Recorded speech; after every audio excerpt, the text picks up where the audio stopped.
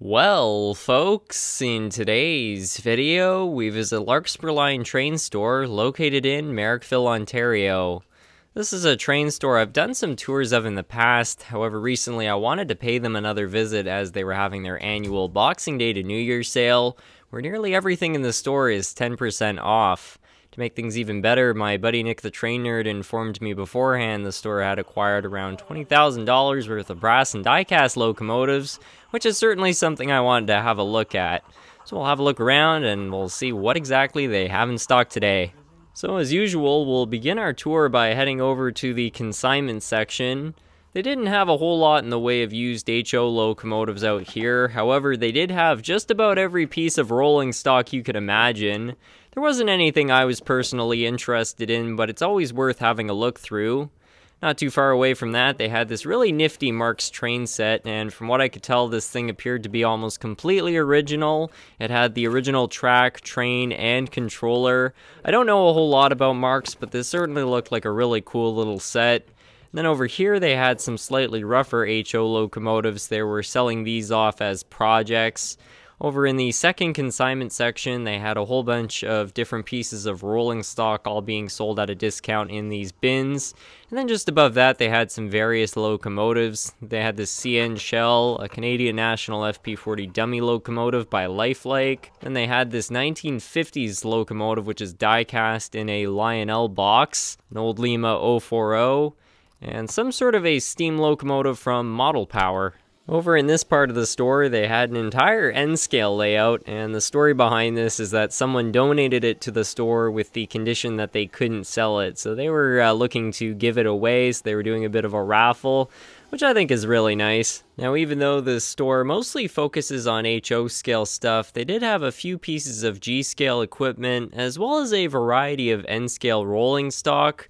They had some small lots of N-scale stuff, but one thing I really was not expecting to see was a lot of N-scale British passenger cars, as well as this GG1, which apparently is being sold only as a display piece. And speaking of displays, they certainly had no shortage of locomotives in the display case. I believe that some of these might be from the lot they acquired. Everything was certainly mid-range to high-end, all in used condition. And then finally, it was time to look through the boxes of brass and die-cast steam locomotives, and I was so excited to dig through these. I was just quickly reading over all the labels, and every time I saw a wheel arrangement or a road name which I liked, I'd pull out the box to have a bit of a closer look, and it certainly did not disappoint. Almost all of the locomotives you see in here have been kitted out with DCC sound and lighting, so they really do have all the bells and whistles, and getting to go through all this stuff was a real treat. I just find it insane to think that all of these locomotives were at one point part of a massive collection, all of this high-end stuff. I can only imagine what the layout that the original owner of all of these must have had. It really must have been quite the operation in its day. And I'm all for digging through boxes of junky locomotives. I have a lot of fun doing that, but getting to dig through an entire box of Cadillacs like this was really an experience like no other. Out of all the boxes on this second layer, one which really stood out to me was this one, which claimed to have a Canadian National 210-2 decapod. And I thought this was kind of interesting because my impression was that a decapod was a 210-0. I know some of them were converted to 210-2s, so I'm not sure if that's what this is, but either way, I was just amazed by the level of craftsmanship on this Overland model. They also had what I believe to be a Canadian National consolidation, which looked very sharp in its own right. After that, another thing which caught my eye was this True Line Trains Northern Canadian National steam locomotive. Apparently these are not as reliable as some of the other brands in here, but it was still a very nice looking locomotive in its own right. That was about it in terms of the brass stuff for me, but towards the end they did find this box of junkier engines which I was quite interested in. They didn't know a whole lot about their working or non-working order, but I still had to look through all of it. But anyways, I did end up buying some stuff, so I'll head home and I'll show you all the different things I decided to purchase here today. Alright, well I'm now obviously back home and I ended up getting some things that I'm super excited to test out and show all of you, so we'll get started with item number 1 here. And it's an entire lot of vintage trains. Now this stuff is really cool. I believe it's all Hornby Dublo stuff from about the 1940s or 50s, and they wanted absolutely nothing for this entire lot. See, the guys at Lark Spur were really nice, and they sort of knew what I was looking for. And the story behind it is that somebody just walked into the store one day and said that they had either found this in their basement or garage. I guess it had belonged to their father, and they didn't want to see it thrown out, so they donated it to the store and just said, you know, give it to someone who's willing to fix it up. And, you know, a lot of it is not in terrific shape. Everything is kind of busted up here, but there's certainly some potential. I've never worked with AC stuff before, so it's going to be exciting to kind of get into this, and I think that there is enough track in here to actually build a little train set. I don't know a whole lot about British tin-plated stuff, but it really does look quite cool. Even got an old Marks controller. I have no idea if this was for this exact set or not, but there's a whole bunch of just you know, vintage controllers in here, probably from about the 40s. I got stuff like this, which looks, you know, relatively modern, maybe from the 60s. It's still vintage, though. There's a clear indication of that. I think that this might be S-scale. I think out of all the locomotives in this lot, this is probably the most likely to be a runner. Everything in here is obviously untested, so it's going to make a super fun project for another day, but I think for now I'm just going to leave it. So this was already a pretty cool start, but there's a fair bit more which I ended up purchasing, so we'll get to that next. Anyway, this was apparently donated to the store from a guy named Ian. I don't know if he watches my videos or anything like that, but in case he does, thanks for donating this, Ian. There was a phone number in the box, so I will try calling it, see if I can thank him over the phone. Now here's the rest of this stuff in this vintage office supplies box. So I decided to buy the 1950s switcher locomotive for 35 Canadian with 10% off. It really did not seem like too bad a deal in my opinion. I really don't know what kind of repairs, you know, this is going to need to get going again. A lot of the components actually look pretty clean, so I don't know. It might be okay right off the bat with a little bit of oil. A little bit of CA probably wouldn't hurt it either.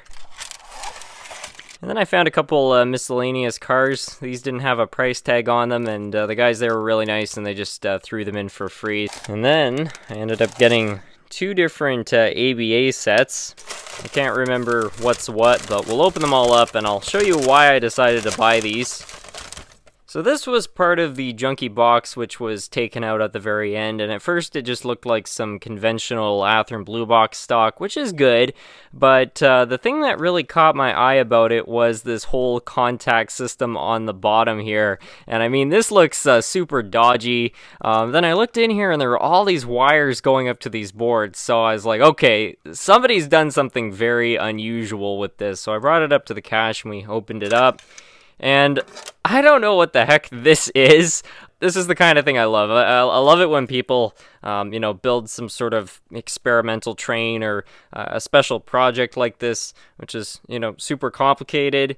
And I just figured I'm just going to buy it for the sake of finding out what exactly all of this is for. I'm guessing it's either a really early form of DCC or they were trying to fit it with some sort of a sound feature. I really don't know, but this is so cool, and one of the guys at the store who's been working there for a while suspected it was probably developed at some point in the 1980s, because he was in a model aircraft, and apparently this is a connector which dates back to about that era. I'd believe it, and there's even a little control board in here. I really don't know what I'm dealing with here. Maybe some of you in the comments will know, but either way, I just couldn't let something so cool just slide away. So there's the B unit, which hooks up to another engine, obviously. And here's the locomotive that it hooks into, and there's been a little bit of effort put into it, which is nice to see. You can see the wiring is pretty messy inside this one as well, but at its heart, it is an Athearn Blue Box, so if all of this electronic stuff turns out to be junk, it can be removed. I have no idea if this is in working order or not, or what kind of a controller you'd use with this, but it does seem very cool. And they didn't have prices on these, they just said make an offer for it, so I offered them $30 for the two, and they took the offer, which I think for a couple old Athearns is a very fair price. And then they had what appeared to be just an identical set, although this time it's a Canadian Pacific paint scheme, which looks pretty nice. Again, I have no idea if this is in working order or not, but I'm guessing that it has the exact same electrical system on the inside. So I think that this should be really cool. I've really never seen anything quite like this before. Very interesting. Now, it wasn't just project locomotives I was looking for. I did end up buying a couple things from the box of Cadillacs. It is the True Line Trains Platinum Series Northern locomotive. Now, as I mentioned, these old True Line models are apparently not the most reliable out there, so it might take a little bit of effort to get this one working, but as far as I'm concerned, that's fine. I'm always willing to dig into these things and try to sort them out, and if we're lucky, it might just work right out of the box. Either way, they wanted 300 Canadian for it, which I thought was a very fair price. I think that that's like 220 American, which, you know, for an old die-cast locomotive like this, it's really not that bad. I mean, just look at this thing. The detail on it is just extraordinary. I really just couldn't pass up a deal like this. It's not the exact same road number, but I have seen this exact kind of locomotive. They have one at the Museum of Science and Technology here in Ottawa, and it's just something I grew up with. So yeah, a good price on a really cool locomotive. Potentially needs a bit of work. Perfect thing for what I like to do in the hobby. It does appear to be equipped with traction tires, but there are some other parts on here, like some tractionless wheels, so that might be a handy feature. And even the tender on this looks pretty nice, so I'm going to be really excited to test this thing out later on. I feel like a locomotive even coming in a box this nice kind of makes it worth it. Anyways, on to the last and super special final thing I decided to purchase. Now, the last thing I showed you was pretty nice, and it's an Overland 210-2 Decapod. It's the same one that I opened up, and when I saw this thing, I really just couldn't help myself. I mean, it is in working order, it's fully kitted out, DCC and sound. Just look at all the features on here. And just after seeing, you know, the amount of effort that somebody put into this engine, I really couldn't resist and decided to buy it. Once in a while, you just find something that really stands out, and this was it for me, so I decided to buy it, and I'm so excited to get to test it out. So anyways, we'll take this thing and all the other locomotives over to the track and see what exactly, you know, the working order of everything is. Well, I've got everything all ready to go. I think we'll start with the dodgier locomotives and work our way over to the really high-end ones here. Starting with this switcher, I feel like this thing is going to run to some extent. I mean, I don't think it's going to be perfect by any means, but let's give it a chance here. Oh yeah, no problem.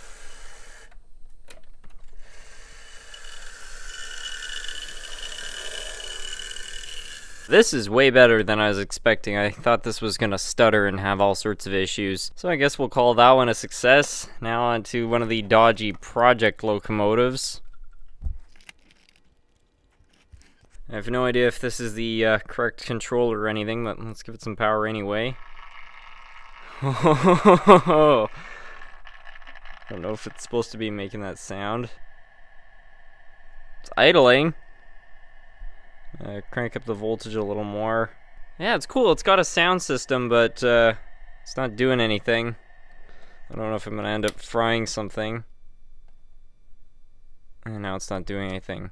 So it doesn't seem to be working with my DC controller. We'll try it with DCC, but I'm going to be surprised with how archaic this thing is, if it's, you know, even compatible with a modern controller like this. Try it on number 3 here. So far, nothing. Now the road number is 6504. Let's try that.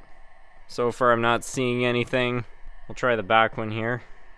Yep, 6612. Still not doing anything. So let's try 00 just for kicks here. And nothing. So I can't tell if this thing's broken or it's just supposed to be used with a very particular controller. I'm still very fascinated by it. That idling sound is kind of cool.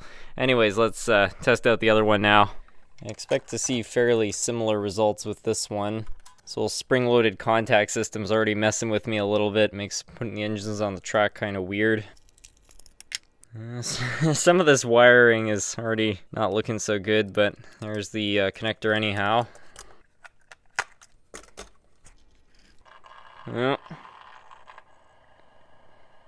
same thing, we got idling, but Nothing in terms of actually getting the engine going. Let's try it on DCC again. See here, 1431. Well, nothing so far. So, I don't really know what the deal with either of these kind of unusual sets are, but if anybody knows, please put it in the comments, because I'd really like to learn more and see if we can get this thing running. And next up, got the Northern Steam Locomotive. I'm really excited to see how this thing will go.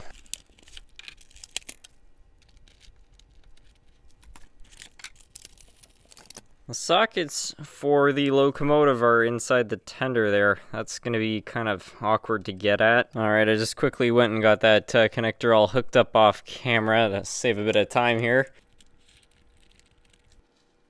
Alright, let's try giving it some power here. Hey, it's sound equipped. I didn't expect that. Wow, it's loud too. It doesn't seem half bad.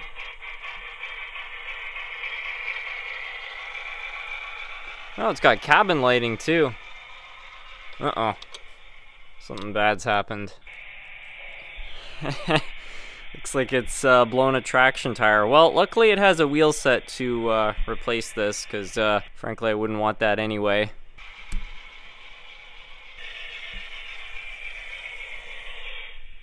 Well, other than that traction tire, this actually seems like a much better locomotive than I was expecting. Maybe I got a good one, or maybe time will tell. I don't know, but either way, I'm very happy with this purchase. Anyways, we'll take this one off and try putting the Decapod 210-2 on. This really should be something.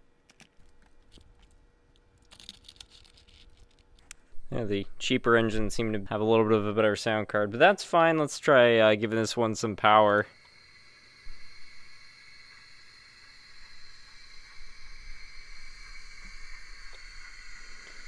Well, it seems to be running decent so far. Yeah, not bad at all. Yeah, it can really rock and roll. Handles the corners no problem too, that's nice to see. Well, I'm pretty happy with that. What a great new locomotive. Well folks, I think that that's going to be about it for today's video. I hope you all enjoyed. I certainly had a lot of fun digging through all those boxes today, and I'm really happy with all the purchases I made. I'm super excited to start digging into these two locomotives and trying to repair them.